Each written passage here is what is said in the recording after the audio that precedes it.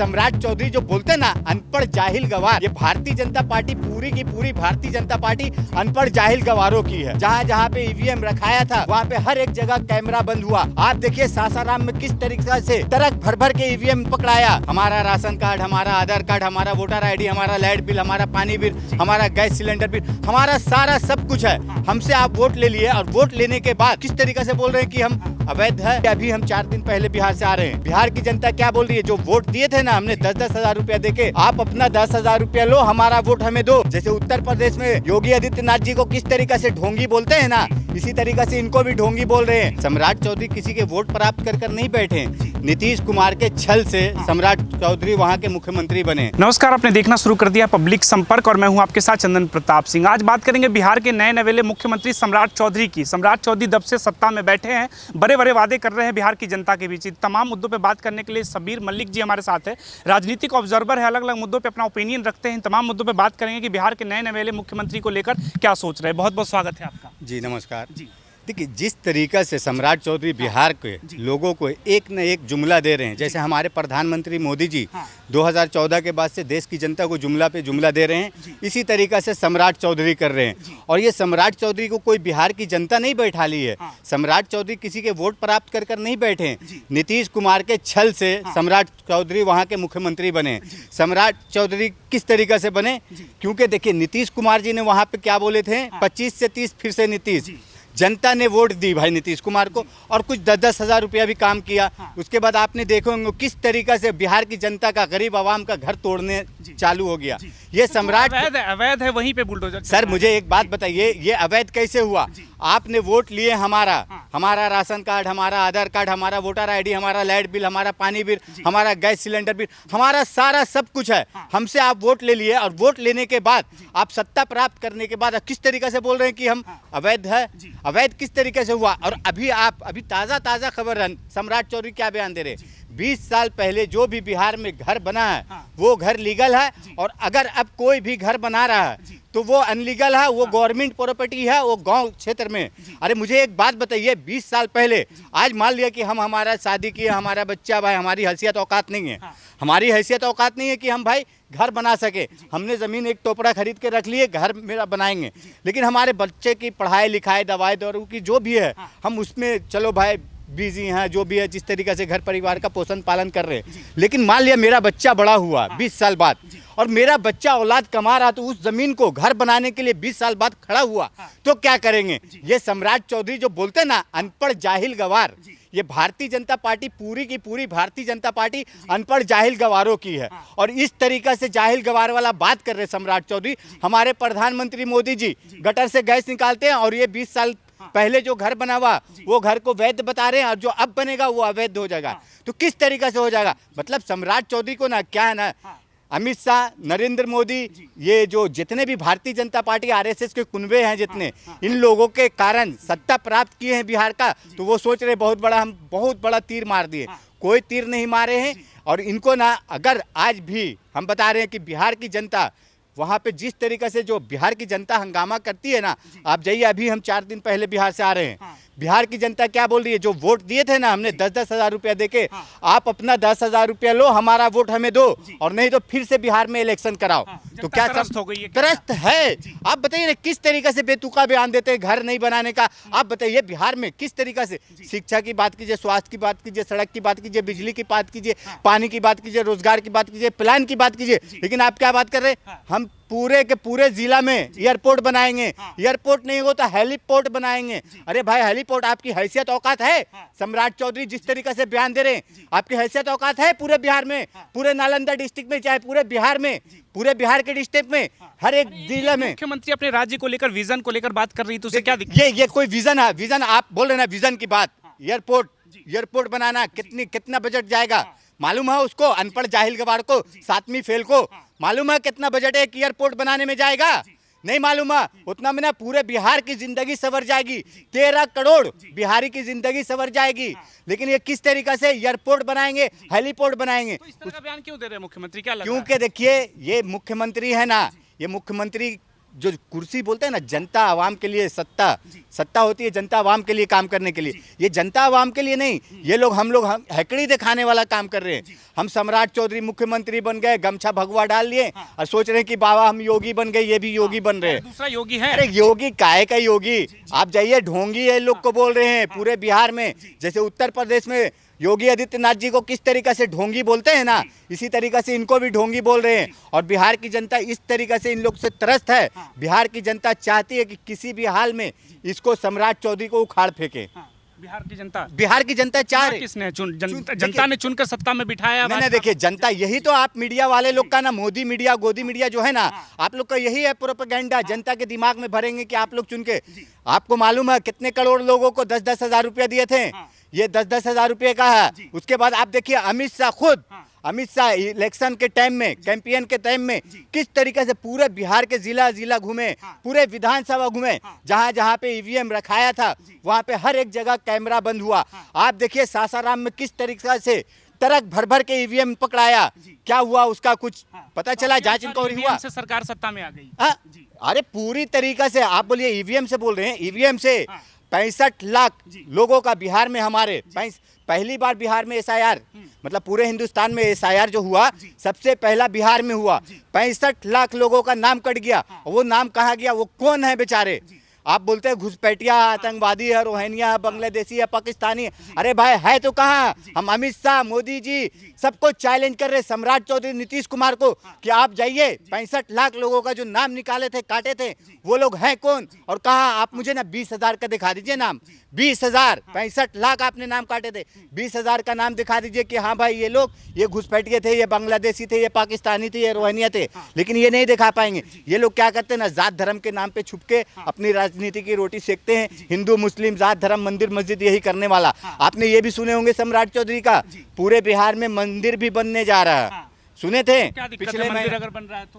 अरे मेरा दिक्कत देखिए, मुझे दिक्कत इस बात से नहीं है, सरकार है ना, देखिए सरकार है ना, मंदिर मस्जिद गुरुद्वारा चर्च ये सब चीज़ में इन्वॉल्व न हो, नहीं होना चाहिए, नहीं होता है। ये जो 2014 के बाद से सरकार बनी है ना, ये ना मंदिर मस्जिद जात धर्म हिंदू मुस्लिम यही सब विवाद हो रहा है 2014 के बाद से। 2014 के बाद आपके अनुसार कोई विकास नहीं हुआ देश में? देश में क्या विकास, आप मुझे बताइए क्या विकास हुआ? मोदी जी ने क्या विकास किए हैं? विकास की जगह पे विनाश किए हैं। पहला विनाश नोटबंदी, जीएसटी, किस तरीका से काला कानून 3 लाए, 750 किसान शहीद हो गए जंतर मंतर पे। यहाँ देख लीजिए किस तरीका से ऐसा ब्रैकेटिंग कांटा लगा के बीम लगा दिया गया था, 750 किसान शहीद हो गए। उसके बाद आप देखिए किसान नहीं, वो खालिस्तानी बैठे हैं। नहीं, यही तो प्रॉब्लम है ना, कि आप देखिए जहाँ पे जब कोई अपने हक के लिए लड़ाई लड़ता है तो आप वो खालिस्तानी बताएंगे, पाकिस्तानी बताएंगे, घुसपैठिया बताएंगे, आतंकवादी बताएंगे। आपने देखिए हर जगह पे यही हाल है। भारतीय जनता पार्टी ना यही तो इसी, भाजपा कहती है, आप जैसे मुस्लिम समाज से आते हो, कहते 3 तलाक हमने हटाया, ये एक बड़ा मुद्दा था देश के लिए, ये भाजपा की उपलब्धि है। नहीं ठीक है, हम मानते हैं, ठीक है भाजपा की उपलब्धि है, भाजपा की उपलब्धि है। 3 तलाक उन्होंने हटा दिया, ठीक है। 3 तलाक था क्या? और अगर मान लिया आपने हटाएं तो हम बोल रहे हैं हम मुसलमान के साथ आपने जायज़ काम किए हैं या हमारे मुसलमान के लिए अच्छा काम किए, तो भाई 20% मुसलमान के लिए जब आप ये कर रहे हैं तो सनातनी धर्म, जो आप सनातनी सबसे बड़े हृदय सम्राट बनते हैं मोदी जी, अमित शाह या चेतनी भारतीय जनता पार्टी आरएसएस लोग, हिंदू औरतों के लिए क्यों नहीं किया? हिंदू औरतों के लिए आप मुझे बता रहे ना, आप यकीन नहीं करेंगे। आप जाइए देखिए, हिंदू औरत बेचारी, अभी हम जा रहे थे कहीं सफ़र में, एक औरत 3 छोटे छोटे बच्चे को लेके घर से झगड़ा करके बेचारी, और इस तरीके से रो रो के बात कर रही थी। एक बस पे हमने मुलाकात हुआ देखें, लेकिन हम उनसे बात करने का हिम्मत नहीं था। तो आपने हिंदू औरत के लिए क्यों नहीं किए? ये देखिए, सुनिए, औरत के लिए क्या करना चाहिए था भाजपा? क्यों नहीं? आप 3 तलाक का बात कर रहे हैं, मुसलमान के लिए आप कर रहे हैं, मुसलमान के लिए कर रहे हैं, हिंदू के लिए क्यों नहीं कर रहे हैं? क्यों नहीं बात करेंगे कि आप मतलब कुछ भी करेंगे? आप शादी किए, लेके आए, दहेज नहीं मिला, जला के मार डालते हैं। आप मुसलमान में सुने कभी किसी को जला के मारा? नहीं। आप देखिए हिंदू में किस तरीके से जला के मार दिया जाएगा, उसको भगा दिया जाएगा। कानून है, कोर्ट है, तो कानून है तो कहाँ कानून काम कर रहा है? किस तरीके से काम कर रहा है? आप देखिए किस तरीके से वृद्धाश्रम में कितने बुजुर्ग लोग, महिला लोग पड़े हैं। आप जाइए हिंदू के लिए बनाइए ना भाई, कि हाँ जाइए कानून बनाइए कि हाँ भाई कोई भी अपने माँ बाप को घर से नहीं निकालेगा, वृद्धाश्रम में नहीं डालेगा, आप सेवा कीजिए। लेकिन ये हुआ ना, ये सनातनी का काम हुआ, सच्चा सनातनी का। ये ढोंगीबाज प्रधानमंत्री मोदी जी, अमित शाह, नरेंद्र मोदी, जितने लोग हैं भारतीय जनता पार्टी आरएसएस के लोग, ये लोग ढोंगीबाज हैं। खुल के बोल रहे हैं भाजपा, कह देंगे कि अगर हिंदुस्तान से इतनी दिक्कत है तो पाकिस्तान चले जाए। किसी के बाप का हिंदुस्तान थोड़ी है। आपने राहत इंदौरी साहब का साइन सुने हैं?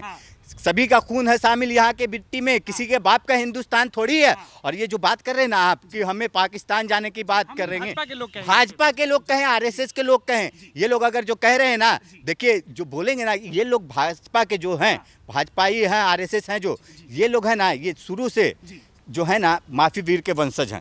और माफी की वीर के वंशज हम लोग को बताएंगे। देखिए हम लोग ना बाय चॉइस इंडियन हैं, बाय चांस इंडियन नहीं है। हमने चॉइस किए, हमारे बाप दादा बुजुर्गों ने चॉइस किए कि हम इंडिया में रहेंगे, इंडिया में हैं। और हर एक वक्त इंडिया में हम लोग ना लड़ते हैं, हक के लिए लड़ते हैं, हर आवाम के लिए। ये कहते हैं कि मुसलमानों को मोदी से क्या दिक्कत है? बहुत दिक्कत हमें नहीं है। दिक्कत क्या है कि दिक्कत देखिए आप जनता के साथ क्या कर रहे हैं। ये जो बोलते हैं ना मुसलमान डरने की बात, डर हमें नहीं है। हाँ हमें दर्द है, लेकिन दर्द में भी दवा और दुआ का काम करते हैं। और इतिहास उठा के देख लो, देश में जब भी कोई आपदा आई है, हम मुसलमान सबसे पहले अपनी जान कुर्बान करते हैं। और ये ढोंगी लोग, संघी मानसिकता वाले लोग, ये लोग बात कर रहे हैं। आप मुझे बताइए कुंभ मेला में क्या हाल हुआ, किस तरीके से लोग बेचारे मारे गए।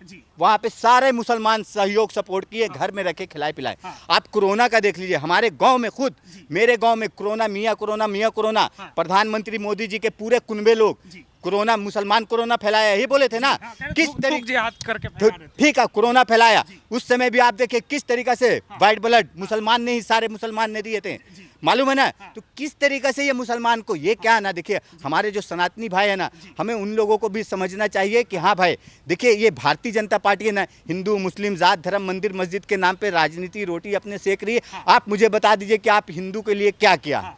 अगर मान लिया मुसलमान के लिए किया, ये लोग से जब सवाल करेंगे ना, बोलेगा 3 तलाक, 370, और राम मंदिर बना। अरे भाई तो ये सबसे क्या हुआ? आपने हमारे रोजगार के लिए क्या किए, हमारे रोटी के लिए क्या किए, हमारे बच्चे के शिक्षा के लिए क्या किए, हमारे स्वास्थ्य के लिए क्या किए? ये सब चीज़ के लिए कुछ ध्यान नहीं है इनको। क्या होगा ना, जब कोई ऐसा बात रहेगा ना, तो ये बात करेंगे हिंदू मुस्लिम का मंदिर मस्जिद का। कांग्रेस के राज में सब कुछ बेहतरीन चल रहा था। नहीं मुझे आप, समस्याओं का जड़ भाजपा ही है। नहीं देखिए समस्या का जड़ जो है भाजपा है ही है। इस काल में सब कुछ उत्तम चल रहा है। नहीं ऐसा हम नहीं बोलेंगे। देखिए अगर मान लिया कांग्रेस काल में अगर मान लिया हमारी कांग्रेस की पिछले 10 साल की सरकार देखें, मान लिया कुछ कमी होगी जनता में, तो जनता में कमी थी तब तो कांग्रेस को आदमी ने भाई पीछे किया और बीजेपी को लाया। लेकिन बीजेपी को किस विषय पे लाया था, किस बात पे लाया था? अच्छे दिन आने वाले हैं, यही था ना उस समय का 2014 का नारा।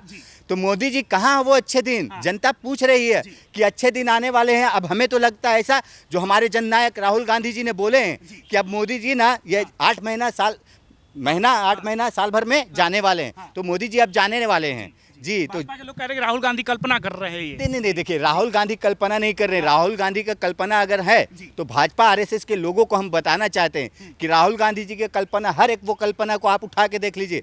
आपने नोटबंदी किए थे, राहुल गांधी जी ने बोले थे ये गलत डिसीजन है, 99.3% नोट वापस आ गया। क्या हुआ? आपने बोले थे नोटबंदी से आतंक खत्म हो जाएगा, घुसपैठी खत्म हो जाएगा, कालाबाजारी खत्म हो जाएगा। हुआ? राहुल गांधी जी ने उसी समय बोले थे कुछ नहीं होने वाला। ये सिर्फ अपने पूंजीपति को इस तरीका से बढ़ावा देने वाला काम कर रहे, पैसा अपने घर में जमा करने वाला काम कर रहे, वही हुआ। आप बताइए जीएसटी में राहुल गांधी जी ने क्या बोले थे कि ये जीएसटी गलत लागू हो रहा। कितने साल के बाद जीएसटी में बदलाव किए ना भारतीय जनता पार्टी ने, मोदी जी ने। आप ये नोट का ही लेके देखिए, नोट के बाद के साल 2 साल के बाद 2000 का नोट कहाँ गया? मार्केट में आज है। जो अपना नोट चलाया हुआ नहीं चला सक रहे हैं तो वो राहुल गांधी जी के ऊपर सवाल खड़ा करेंगे। ये क्या है ना, इन लोगों को मालूम नहीं है क्या दंगाई पार्टी है ये। भारतीय जनता पार्टी है ना, जो भारतीय जनता पार्टी है ना, ये इसी तरीके से दंगाई पार्टी है, हिंदू मुस्लिम जात धर्म के नाम पे बांटने वाला काम करती है और सत्ता में अपने काबिज होते हैं। हम सबका साथ सबका विकास लेकर चलते हैं। दूसरा सवाल ये है कि भाजपा के लोग ये तर्क देते हैं कि जितनी योजनाओं का लाभ मुस्लिम समाज ले रहे हैं आकर वोट नहीं देते हैं भाजपा को। अभी उज्ज्वला योजना के तहत जितने सिलेंडर बट रहे हैं सबसे ज्यादा लाभ मुस्लिम समाज को हुआ। अच्छा मुझे एक बात बताइए, मुस्लिम समाज को आप दे रहे हैं और बोल रहे हैं कि मुस्लिम समाज ने वोट नहीं दिया। आप बताइए शिवेंदु अधिकारी बंगाल में अभी इलेक्शन हुआ, क्या बोला? और यहीं पे आप असम जाके देखिए, हेमंत बिस्वा शर्मा क्या बोला? हमारे मुसलमान ने वोट दिया।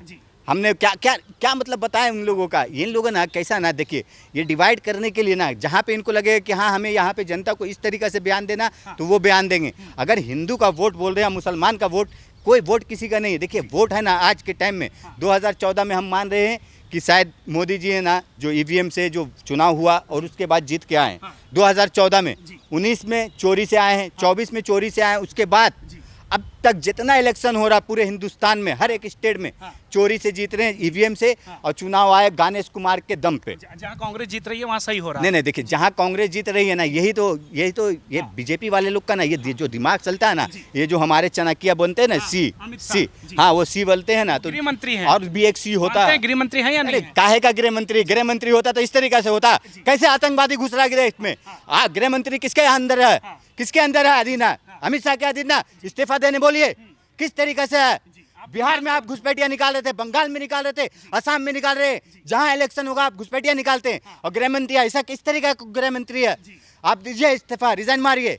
आप गृह मंत्री या बात कर रहे हैं, ये कैसा ढोंगी लोग हैं ये लोग देश को ना किस तरीके से गर्क में डाल दिए ना। पिछले 45 साल पीछे, हमारा 50 साल पीछे देश चला जा चुका है। चुनाव में लग रहा है सत्ता बदलेगी। देखिए, सत्ता बदलेगी, एक ही आसार पे बदलेगी। हमें ऐसा लगता है जननायक राहुल गांधी जी जो बोल रहे हैं कि वोट चोरी, जननायक तो एक ही थे, कपूरी ठाकुर। राहुल गांधी को तगमा क्यों दे? देखिए थे, वैसे आप बोलिएगा तो फिर महात्मा गांधी एक ही थे, महात्मा गांधी एक ही थे, ठीक है। तो उसके बाद क्या महात्मा गांधी और कोई नहीं बनेगा? गांधी हो सकते हैं, जननायक अपने आप में एक बहुत भारी भरकम शब्द है। भारी भरकम शब्द है। राहुल गांधी जी उस तरीका से काम कर रहे 2014 के बाद से देश की जनता के लिए, और उससे पहले से। लेकिन जिस तरीका से राहुल गांधी जी को, जननायक को, देश की मीडिया, हमारे सरकार, भारत सरकार, मोदी सरकार, जिस तरीके से राहुल गांधी का छवि गिराने के लिए कितने हजारों करोड़ रुपया बर्बाद कर दिए, आपको मालूम है ना? कितने हजार करोड़ बर्बाद कर दिए पप्पू बनाने के लिए। लेकिन यही पप्पू आरएसएस अब भाजपा का पूरा पापा निकल गया। आज देख रहे हैं आरएसएस भाजपा का बोली निकलता है राहुल गांधी जी के सामने।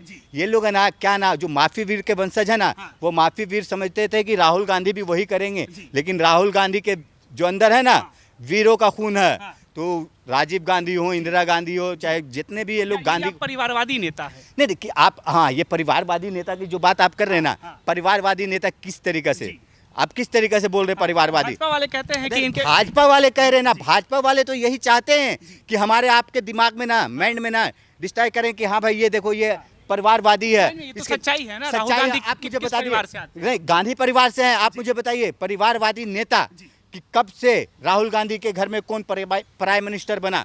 राहुल गांधी जी को मिला नहीं जी मौका? राहुल गांधी जी प्रधानमंत्री बने 2004 में? नहीं बने। 2009 में मिला मौका, बने नहीं बने। उसके बाद क्या करना? ये देखिए ना, राहुल गांधी जी लोग हैं ना, जो ये देश को एकजुट रखने के लिए इस तरीके से मेहनत करते हैं। और 22 में देखिए किस तरीके से नफरत की बाजार में मोहब्बत की दुकान खोलने वाला काम किया राहुल गांधी जी। चुनाव में फायदा नहीं हुआ उसका? नहीं, कैसे हुआ? कहाँ 44 सीट हमारी थी, कहाँ 99 पे पहुंचे। फायदा क्यों नहीं हुआ? नहीं, सत्ता में उस समय भी 125 सीट भारतीय जनता पार्टी ने चोरी किया 2024 में। खुद नरेंद्र मोदी जी वाराणसी से हार चुके हैं। हाँ, हारे सांसद है वहाँ से। देखिए जीते वो जिता देना। आप देखिए हमारे बिहार के जीतन राम मांझी का बयान नहीं सुने हैं? किस तरीके से बयान देते हैं? अरे डीएम को बोल के 2000 वोट बढ़वा दिए। तो इसी तरीके से नरेंद्र मोदी भी है ना, वहाँ पे वोट बढ़वा के जीते हुए हैं। नहीं तो नरेंद्र मोदी जीते नहीं है 2024 में, नरेंद्र मोदी खुद हारे हुए हैं। तो आने वाले चुनाव में आप क्या सोचते हैं कि प्रधानमंत्री नरेंद्र मोदी जो कार्य कर रहे हैं उसको लेकर आप सहमत है या नहीं, या सत्ता परिवर्तन की आस लगती है? धन्यवाद।